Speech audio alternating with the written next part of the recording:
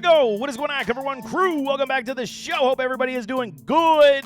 NFL playoff schedule is now released. We are into the NFL postseason. My Buffalo Bills, they squished a fish, and I'm so happy right now. It is Victory Monday for us Bills Mafia supporters. We're not here to talk about the Bills today. We're talking Dynasty Fantasy Football, buy or sell on the wide receivers. So much value. Got the running backs already done for you. I'll check that video out as well. Do me that favor, hit that subscribe button, hit that like button as we get into the offseason, because there is no offseason over here. But what are we talking? First one on the board, Jordan Addison, my guy Addy. Good season, good rookie season, 186 points on the board. And I mean, if you guys go back to all my scouting reports from this past offseason, y'all would already know that Addy was my top wide receiver coming out of this past draft class, paying us back in a very big way. Addy is that true playmaker. He was playing with Kirk Cousins, and I mean, playing second fiddle to JJ. Points just flew off the board, seeing ups and downs. I mean, since Kirk Cousins went down with that injury with the rotating door of quarterbacks, we understand there is also potential a new quarterback could grace Minnesota next season, including a rookie passer like a Michael Penix or someone similar. It's going to be a lot of moving quarterbacks this offseason. You understand, under Coach O'Connell, this passing game isn't going to stop. And I mean, even when JJ went down, we saw Addy have his game. So buy now for this young rookie star, which will be a second-year player next year, until his value is just going to continue to fly up this board. Definitely get on the Addy bandwagon before that value is up through the ceiling, man. Drake London, next one on my board, 22 years of age, another season, 139 points. Not necessarily great, but I mean, since coming in the NFL, I mean, Drake, we've seen the flash and dash from this guy. I mean, loads of disaster as well with these offseason. I mean, all these pundits preaching up a Drake London, you know, that he was going to be this massive value for fantasy football. I wasn't in that camp. If you guys go back, I was a lot lower on Drake London this season because of guys like Desmond Ridder behind center, Taylor Heineke. London is a true alpha wide receiver. There is no question, but they need that quarterback that can at least get him the ball. Seeing 69 receptions on 110 targets, I mean, the target share at least was there, but the volume and productivity wasn't. He almost did reach that 1,000-yard marker, but only 2 touchdowns is what kills Drake London's value. With head coach Arthur Smith now fired, the new regime is ready to install a new system, new quarterback. Maybe Justin Fields, maybe a rookie dynamo is going to be on the docket for Atlanta. Very exciting times. If Justin Fields does make it to the Falcons, I am a big fan of all this. So get Drake London, buy him on the low, because his value will rise once they do get a quarterback and potentially another offensive coach. No kidding. Get Drake London while you can on the low. T. Higgins, 24 years of age, 116 points. Okay, he only played in 12 contests this season. And I mean, the Bengals saw issues all season long. Injury clouded the entire landscape, losing Joey B in the process. And I mean, okay, even though Jake Browning, he was more than capable. I mean, Higgins was on the field. He made plays when they required him, when he was playing football. But the two issues that rest for me with Higgins is always finding his way into the medical room. It is the biggest problem. He is somewhat, quote unquote, a Band-Aid to some degree. Second issue I have, he's a free agent, and he could be signing with a new club. So if he does stick with the Cincinnati Bengals, at least we know that with Joe Burrow, he's at least going to get his target share, even with a Jamar Chase. This is nothing new. We know this is going to happen, and Joey B can support multiple wide receivers. While the unknown new team is a risk, but he will get the wide receiver 1 target share if he does decide to go for that bag in free agency and go to a new club, aka say the Carolina Panthers with a Bryce Young. Yes, we could see some volume go down, but he would be the defaulted number 1 target, which is good news. Value has dropped this season on T based on injuries and lack of point productivity. He could become a monster next season. Still youthful and a true wide receiver 1 alpha. T. Higgins is. Get him on your roster for buy now appeal. Absolutely. Christian Watson, next one on my board, 24 years old as well, 87 points. Okay, and the speedy wide receiver, Christian Watson, he's proven it on the field that he can be a force to be reckoned with when he is playing football. I mean, with the emergence of rookie Jaden Reed, the forgotten man kind of slowly is becoming a Christian Watson. I mean, health is the biggest issue and massive concern for me. With a player like him who's got wheels for days, soft tissue injuries will always be in the mix. However, Watson is on the verge of being, quote-unquote, that dude. I'm telling y'all, I'm a huge fan, and his services could be snagged at much cheaper rates than what we expected at this point of the offseason and in season. So for me, I am buying Mr. Christian Watson on the low as Green Bay and Jordan Love. Feeling the love for Love. He is that good. Jordan Love is legit, and this Green Bay Packers team is only on the rise and ascending. I'm telling y'all, get Christian Watson on your dynasty teams because it will repay in the future. Chris Olave, my guy CO2, he's an absolute freak, and I mean, he's been shown to be, uber consistent basically most of the season in his second year. For most of the season, it has been good. But, I mean, Derek Carr once again has capped the overall ceiling that Chris Olave could be. Only 23 years of age, And, I mean, he cracked the top 20 of wide receivers this season, which is a positive. I believe he was wide receiver 19. But posting back-to-back 1,000-yard season campaigns is very good. TDs continue to be the foiling factor for an Olave to be that top 10 wide receiver that we're coveting and looking for. The Saints are such a tricky bunch to dissect at this point because we don't know what the future does hold. Will Derek Carr still be the quarterback? Will they change over the head coach? We will see how it does go, but either way, we have seen at least the floor for a Chris Olave, which is 70, 80 receptions, 1,000 yards, and 4 to 5 touchdowns. So you cannot get any better value from a guy who is a true alpha wide receiver as well.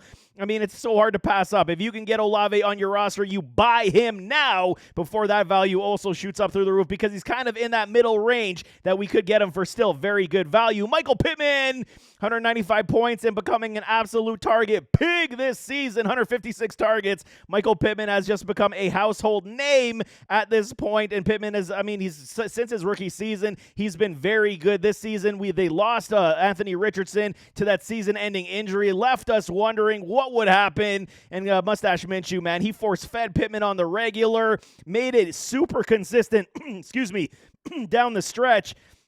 And I mean, with JT Pittman and Josh Downs forming that nice trio with an Anthony Richardson, he should be back to form next season. And I do believe this train will keep moving. Pittman is that wide receiver one that is, no worse for wear, and he is no joke.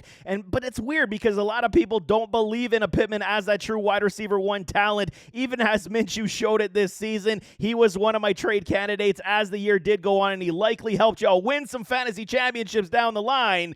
But, I mean, I'm buying him right now, and I'm not looking back. I mean, I think the value based on name cachet, team cachet, is definitely dropping his value where it should be a lot higher at this point. Almost 200 points for a Michael Pittman this season in half PPR. Very good year, and I'm getting myself a lot of Michael Pittman shares. Sell candidates, Mike Evans, 30 years old. What a season for the future Hall of Famer. He just does it every single year. Yet another 1,000-yard season as he enters age 30, scoring 13 touchdowns.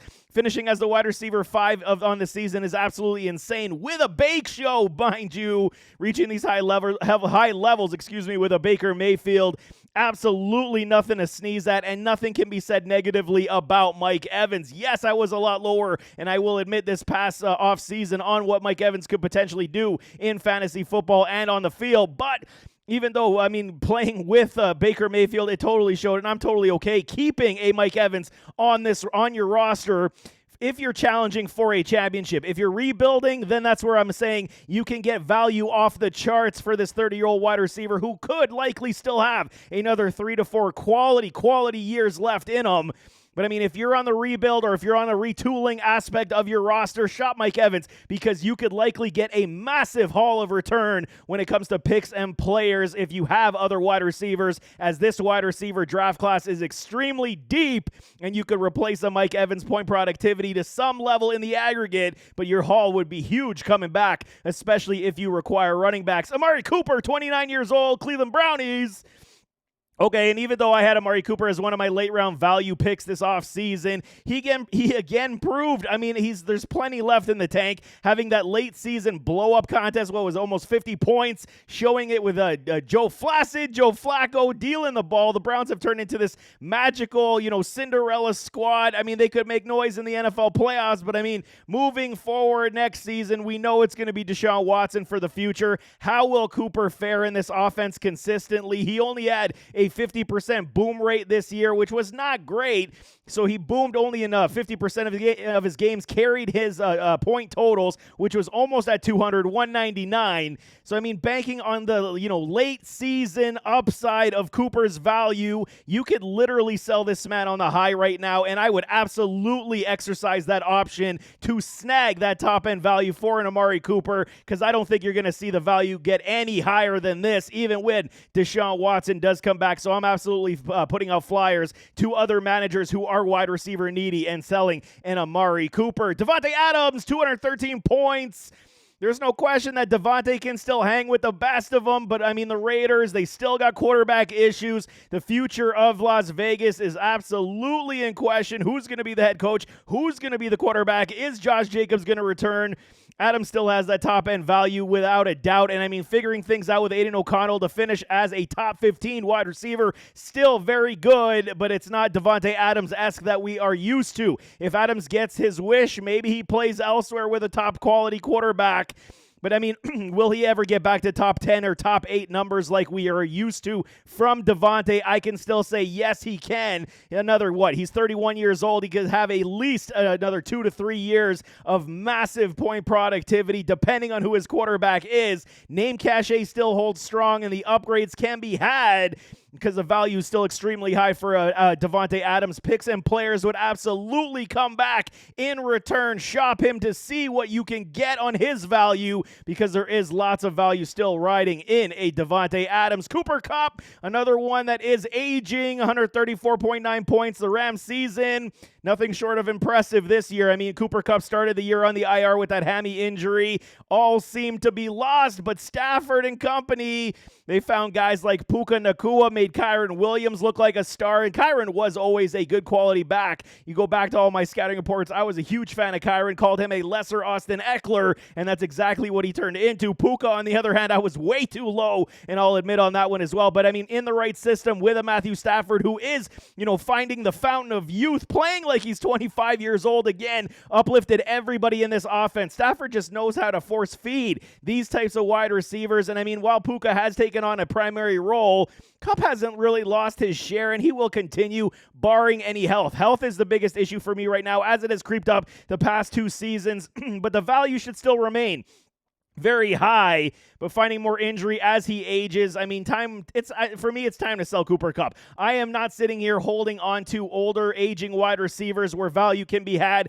to get younger in the process. You could get running backs and wide receivers from somebody else's team while stacking picks and then drafting more wide receivers to round out the rest of your roster. My dynasty teams has a nice mix of youth and veteran leadership, so you got to understand, sell Cooper Kupp to a wide receiver hungry team, and he will give you, or she will give you, a good return on this investment. AJ Brown, next one on my board, is a sell candidate.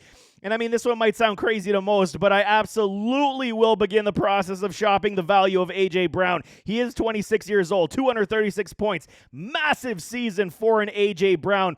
I might be a year early on this assessment, but I mean, the returns for grown-ass man is what we call him, man. It's going to be massive. If you have Brown and the rest of your roster is somewhat struggling, I mean, trading A.J. Brown could bring you back into playoff and championship relevance in fantasy football, in Dynasty Fantasy Football, no kidding. The Eagles are struggling right now, so the recency bias will be large to try to drop the value of an A.J. Brown, but there is no question in my mind that they will figure it out. If it's not this season, they will be back to the fold and the mix next year. Brown finished as the wide receiver 5.5 PPR, which it could also pull back next season, but we will see. At first-round pick, quality running back, secondary wide receiver can absolutely come back in return for an A.J. Brown. So cash in on the rebuild or retooling. If you're still going for your championship, absolutely keep an A.J. Brown. But if you're retooling or you're rebuilding, absolutely start shopping grown-ass man A.J. Brown, because the value to return on investment is going to be huge, and you will have a better roster for it. Calvin Ridley, last one on my board. 29 years old, almost 200 points. And I mean, his first season back from suspension, Calvin Ridley showed both dominance and demise. It was, up and down all season long. The Jaguars' epic collapse left a lot on the field. And I mean, the connection between Lawrence and Ridley did get better as the year did go on, but he only held a 41% boom rate, which is not great.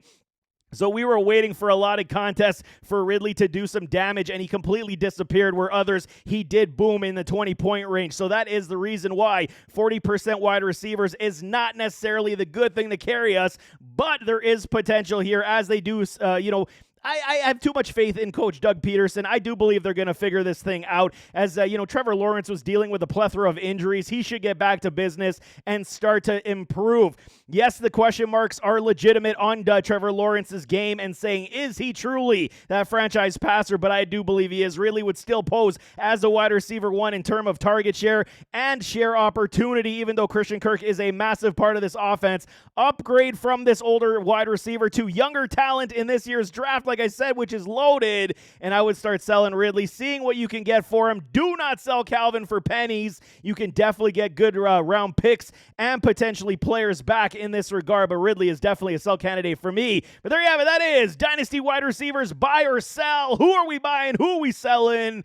I mean, there's lots of revamping that we need to do on these rosters. Dynasty teams can be built in many, many ways. Superflex leagues especially. I mean, you got to have your quarterbacks, but I mean, getting the value back for these players, especially if you got them in a trade early on, this is how you continue to win championships. I'm telling y'all, I love Dynasty Fantasy Football, and I will get you there as well. But nevertheless, as always, don't forget to hit that like button, hit that subscribe button, jump in those comments, give me your thoughts, and we'll see you next time. I am out.